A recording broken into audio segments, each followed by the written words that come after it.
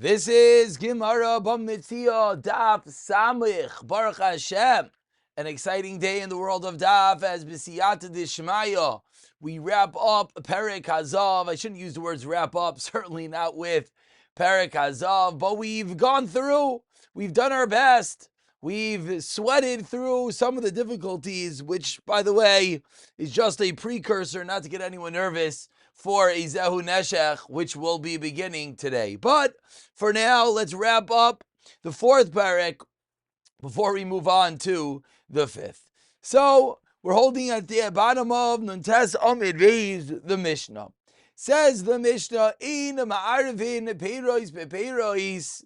The Mishnah coming on the heels of the sugyos of Ainah. Now we're going to discuss at what level it would be considered Ainah, would be considered overcharging slash deception in the world of buying and selling. So says the Mishnah, one cannot mix peiros of one type from one field with peiros of another field. Afilu chadashim bechadashim, even new ones with new ones. And Rashi points out the specifics of the case are Baal Abaye says, I'm selling you the fruits of a particular field.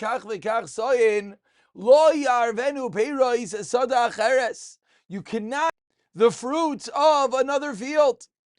Afilu chadashim bechadashim, even if they're both new peiros, but it's not the item that you specified, you're not allowed to mix one with the other. And we continue to Samoch Amar Aleph, continues the Mishnah, Ve'in Sarach Loimar, and this goes without saying, Chadashim v'yeshanim, that you're not allowed to mix new produce into old produce. And the top Rashi again speaks out the particulars. Says Rashi, Pasak Limkar, if someone stipulated to sell Yeshanim, old crop, older produce, Lo Yarvenu B'chadashim. Why? Shayishanim Yeveshim. Why? Because the old crop is more dried out and therefore easier to make flour. So one should not just think, what do you mean new is always better? Well, new might be better in some areas, but when it comes to the crop, the older crop is better, so you cannot mix that in. Continues the mission on the top line of Samach Amar Aleph Amru. When it comes to wine, you'll add a mixed kosher, that which is strong, birach, with that which is mild. Why? Because then it's bettering the wine. So in as much as we've been learning that even just to mix something different, a different field is not allowed, and certainly not allowed to put in something inferior, but to put in something superior, something that betters it, is yes, allowed. Ein ma'arvin shemrei yayin b'yayin, not to mix in the sediment. Aval noisei naloi es shemei rav. You're not allowed to mix the sediment in, but you're allowed to put in its sediment from its wine, as the Gemara will explain. Continues the Mishnah, someone that mixed wine with his water, you cannot sell it to the store unless you tell the customer that the wine is diluted. You're not allowed to sell it to the tagar, the store, even if you tell him because he's going to cheat someone else. So again, maybe you personally are not decepting the store owner because you're telling him, but you have to be cognizant of what he's going to do with it. If the minhag is to yes dilute yatil, you're allowed to. Hatagar noitel mehegraina, he's allowed to take for 5 threshing floors. V'noisein litoich magura achas, and put it all into one silo. Mehegita, he's from 5 barrels. V'noisein tachpita mechad, put it into one cask. Ubelvad shemiskavin la'arev, you can have intention to mix it, as Rashi at the end of the Mishnah speaks out. Ulahaitzi kol ligna isarayv mimakam mishubach larava mimakam achar shchina svurim shkol bears v'isamakim. You can't purposely deceive people that they think the peirus are from one area and it's really from somewhere else. So says the Gemara Tanu Rabbanan, dealing with the first case of the Mishnah, Ein Tzarich Leimar Chadashos Meharba, and this is pashut if the new grain is for a sah for a selav, Yeshena Isar Mishaloish, and the older grain is 3 sah selav dein me'arvin. Ela filu, what if it's the reverse? The chadashos are cheaper. Mishaloish, v'yeshena Isar, excuse me, the chadashos are more expensive. Me'arba, still ein me'arvin the shadam roitzel yashnein, because it could be that the person buying it particularly wants the older crop, for will be dried out, etc. And we continue quoting the next part of the Mishnah that says, "Be'emes oimru b'yayin eitiru la'ariv koshe birach mimnei shehu mashbichai." That when it comes to wine, you're allowed to add in some more stronger wine. Why? Because it's improving the wine. Says the Gemara at the 2 dots, 10 lines from the white lines of Samach Amar Aleph, Amar Rav Elazar. Teaches Rav Elazar, Ada Amru. You know what this means? Ada Amra. This means to say, Kol Be'emes Amru Alachi. Anytime the Mishnah says Be'emes Amru, that's the halacha. Amar Rav Nachman, Ubein Agitois Shanu. Continues Rav Nachman, that when was this taught? This was taught during the Bin Agitais, is when they're producing the wine. At such a time, it would be better to add in the newer wine to the mild wine. However, other times it would not be beneficial. Ask the Gemara nowadays, it's normal for people to mix the wine even when it's not the particular time to produce the wine. So would you be allowed to?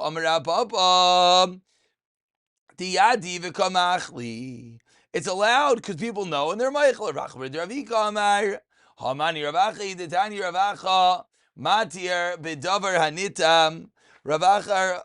allows mixing the inferior into the better one if it's something that is tasted. Why? Because then he'll be able to be Michael when he knows about it. And we continue quoting the Mishnah, 4 lines from the wide lines. Ve'in marvin, shoymre yayin b'yayin. But you're allowed to put in it, avnoisin lo yes, shemarav, its own shemar. Ask the Gemara, I don't understand.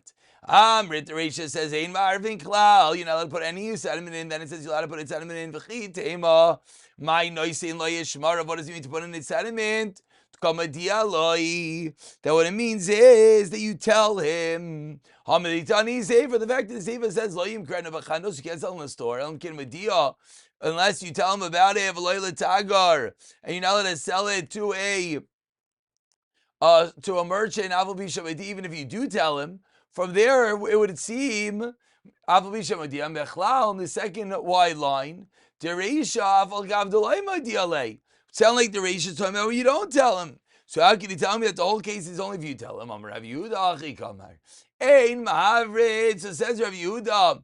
Want to know what's pshat in the Mishnah when you can mix the sediments, when you cannot? Ein ma'arvin shamin. Shmarim shal emesh b'shal yoim. V'lo shal yoim b'shal emesh. Aval noisin lo yes shmarov. That the difference in the 2 cases of the Mishnah are, says Rav Yehuda. Yesterday you emptied out a barrel.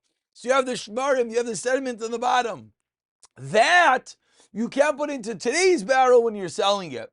But its own shmarim, you could. Teaches Rav Yehuda if someone slowly pours wine for his friends, leaving some of the sediment behind there, he said,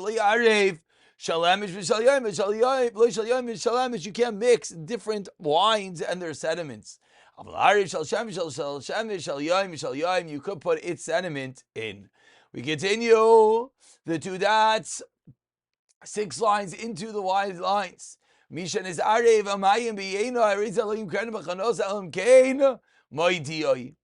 you let him know about it. Says the Gemara, Rava bought some wine. Someone brought Rava some wine from a store. He diluted the wine and he tasted it.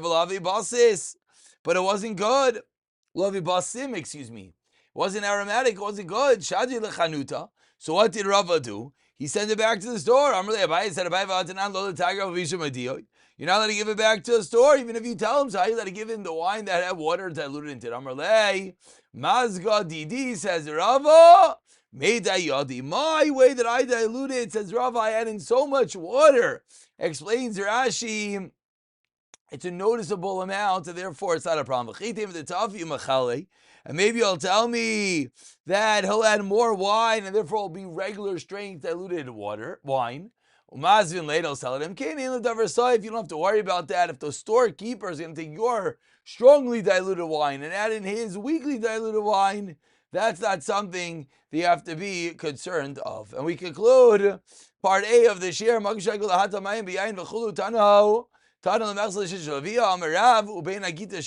during the time of the wine production, that's when this is mutter. We continue with the Mishnah on the bottom of Samach Amud Aleph. Rav Yehuda Omer teaches Rav Yehuda Leichalek HaChenvani Kloyos V'Goyzim L'Tinoikes. A Chenvani is not allowed to distribute nuts and other items to children. Because you're going to attract the children to come to the store. And therefore, what? They're going to be convincing their parents to come, and that's a form of deception, and therefore, or we'll see, maybe it's because other store owners won't be able to do the same, etc. The Chachamim say it's not allowed. Lo yivchais es ashar, continues the Mishnah, you cannot lower the price for some of your items below market value. What do you mean? Do what you want. You're making it cheaper for people. Lo yavar as I grease in. You're not allowed to sift crushed beans to remove the garbage from it. Divrei Abba Chachamim matirim. Umaydim shal yavar me'albiyah magura. But they admit they're not allowed to sift to the top of the bin. She'ino yala kegoynev esa ayin. That you're deceiving other people. Ein mefarchas in lo sadam lo sebehema. V'lo esa kelim, and concludes the Mishnah. You're not allowed to beautify a person, meaning if you're selling an eved, an animal, or utensils, you're not allowed to make something appear better than it is in reality. Says the Gemara, my time, what is the reason of the Rabbanan that the storekeeper is allowed to distribute items to the children? Why are we not worried that it's putting other stores at a disadvantage? Because you know why? I'm giving out nuts and you give out prunes, meaning just like I could do this, you could do this. You're having tainas and I'm attracting everyone to my store, so shkayach, go do the same thing. My time of the Rabbanan, what is the reason for the Rabbanan? Again, it's unfair to other stores, says the Gemara as you turn over to Samcha V'Beis, Mishom Dekam Marviach Letara. You know why it's a good thing, says the Gemara, because you're being Marviach Letara, you're lowering the market price, which of course is good for everyone. And they'll sell cheaper.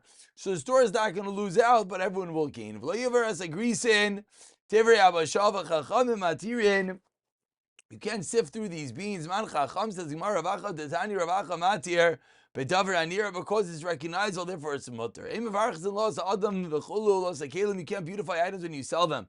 Tanu Rabbanan ein misharvitin.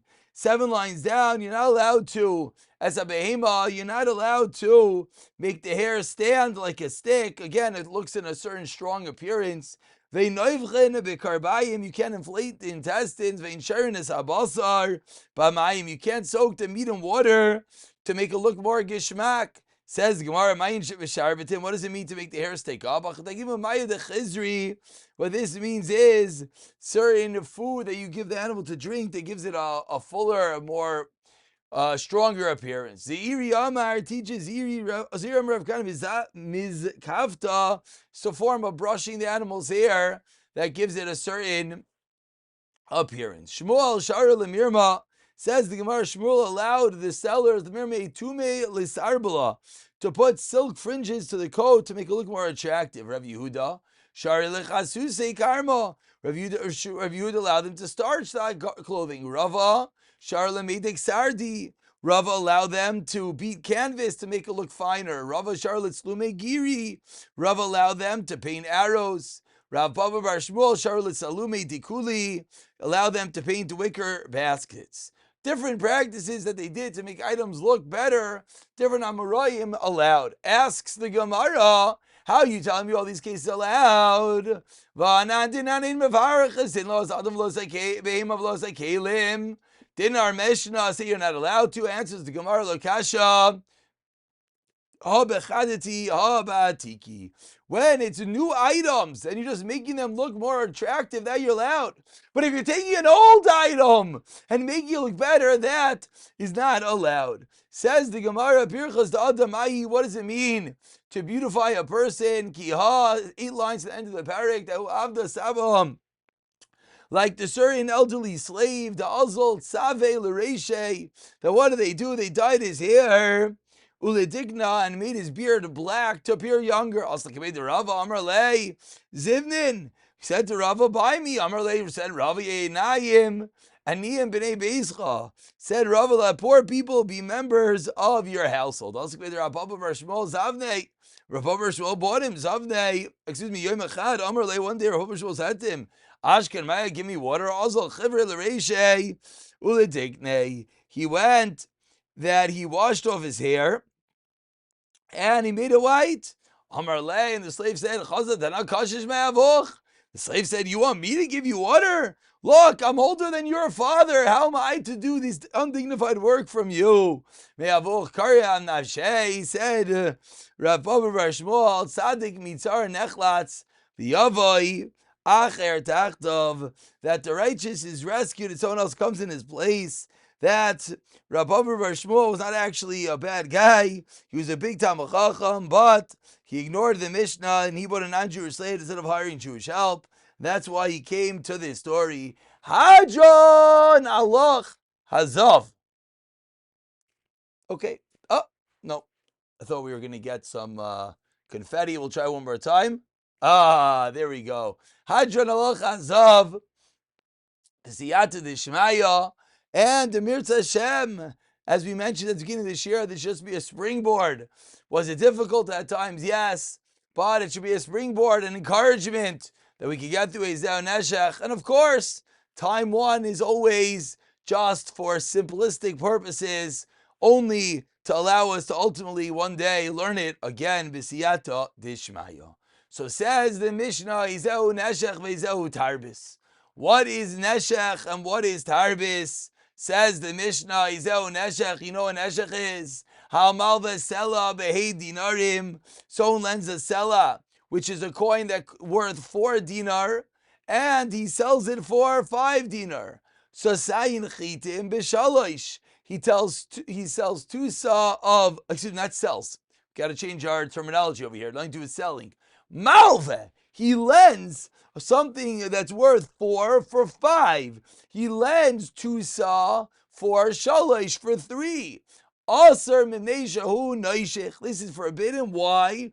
Because the lender is noishich. Noishich from the word of biting. That when I lend you 2 and you give me back 3, I'm biting you. I'm making you pay back more than you borrowed. Therefore, it is forbidden. Ve'ezeu Tarbis considers the Mishnah Hamar be'aveira that you increase beiras kids. Alokchem enu chitim b'dinar zav akor. You buy wheat at 1 golden dinar per kor, 25 silver dinar v'chein hashar, and that's the going rate. Amdu chitin milam dinarim, and you know what happened? What happened was that wheat went up in value. Now they're worth 30 silver dinar. Amar lo tell me chitagim back by wheat, and he wrote to the machon, I want to sell it.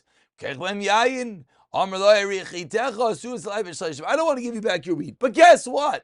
Instead of giving you back 25, I'll give you 30. I'll give you the wine. So again, I borrow wheat from you for 25. Wheat goes up in value. Now you ask for it back. So you want to sell it for 30. I tell you, listen, I don't have the wheat, but I'll give you the value of 30 in wine. That is forbidden. So the basic premise is, of course, over here, of ribis, of charging something more, taking back more than is lent. Says the Gemara, we're just going to begin the Gemara. Midashavak l'ribis daraisa. from the fact that the Mishnah did not discuss the case of biblical ribbis.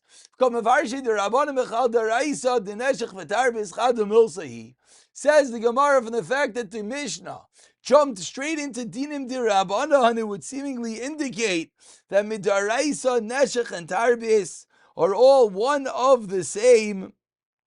Whether the borrower is gaining, the lender is gaining, either way, it's the same issue. Asks the Gemara, v'akroi ksivi, but there are psukim in which it differentiates between neshech and tarbis.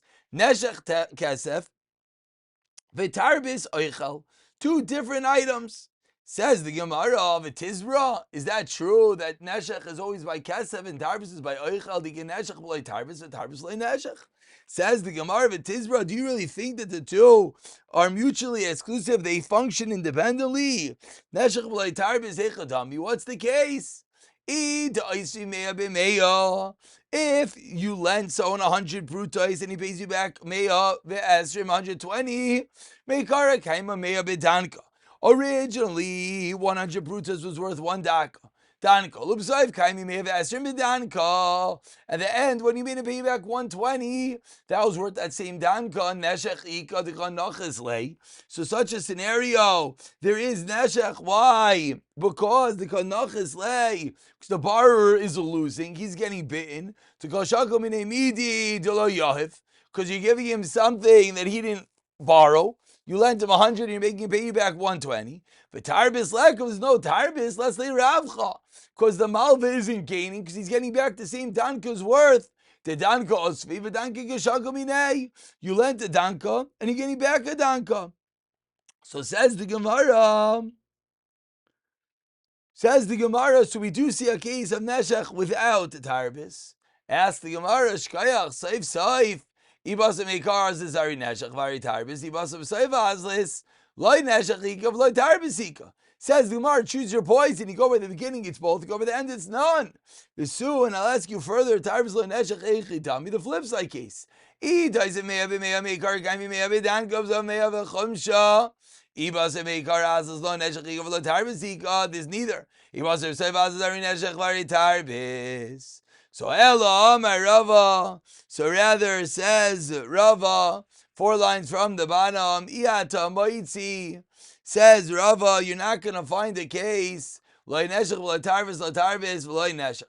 V'loy echol kona kosav Ella. Lavar alavish. They lav. The Torah only wrote them separately. Not that they are mutually exclusive, but rather it's 2 different lavin. One of neshech and one of tarbis. Pick it up from here. B'siyata dishmaya.